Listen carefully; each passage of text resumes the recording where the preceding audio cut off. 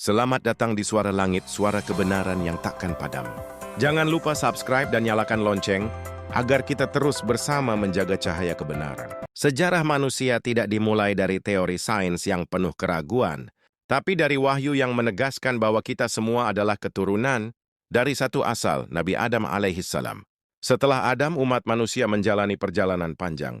Mereka pernah tergelincir pada kesyirikan, pada penyembahan berhala, pada pengagungan kekuasaan. Maka Allah mengutus para nabi sebagai penuntun jalan. Nabi Nuh alaihissalam datang membawa seruan tauhid. Ia menghadapi kaum modern pertama yang membangkang, kaum yang merasa diri paling maju. Mereka menolak ajakan Nuh, hingga akhirnya banjir besar menjadi penutup peradaban mereka. Dari keturunan pengikut Nuh inilah lahir generasi baru manusia modern. Inilah awal babak baru kehidupan yang kelak melahirkan Ibrahim.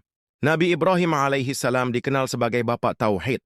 Beliau menghancurkan berhala-berhala dan mendirikan Ka'bah sebagai pusat ibadah kepada Allah yang esa. Dari Ibrahim, lahirlah garis keturunan para nabi. Hingga akhirnya Allah mengutus penutup segala nabi, Muhammad. Fathu Makkah, tahun 630 menjadi puncak kemenangan. Islam, berhala-berhala di sekeliling Ka'bah hancur, dan kalimat tauhid kembali tegak. Dari situlah dimulai fase kejayaan Islam. Dalam sebuah hadis Nabi, dikatakan, sebaik-baik kurun adalah kurunku, kemudian kurun setelahnya, kemudian kurun setelahnya. Inilah fase emas Islam, 3 abad awal penuh cahaya ilmu, iman, dan kejayaan. Tetapi sejarah bergerak dalam putaran. Sebagian ulama menafsirkan fase umur dunia dalam potongan 7 abad. Dari Fathu Makkah, 7 abad pertama adalah masa kejayaan. 7 abad kedua, masa perpecahan dan kelemahan.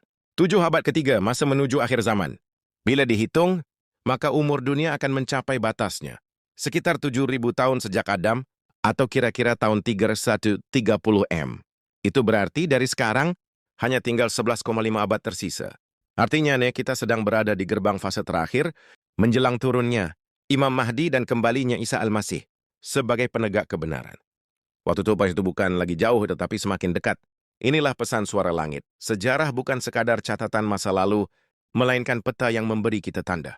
Dari Nuh, Ibrahim, Muhammad, hingga hari ini, satu pesan tetap sama. Jangan pernah berpaling dari tauhid. Karena yang akan selamat di akhir, hanyalah mereka yang kembali kepada Allah dengan hati yang bersih. Suara Langit, ketika rakyat tak lagi punya mikrofon, bagikan jika kamu masih punya hati.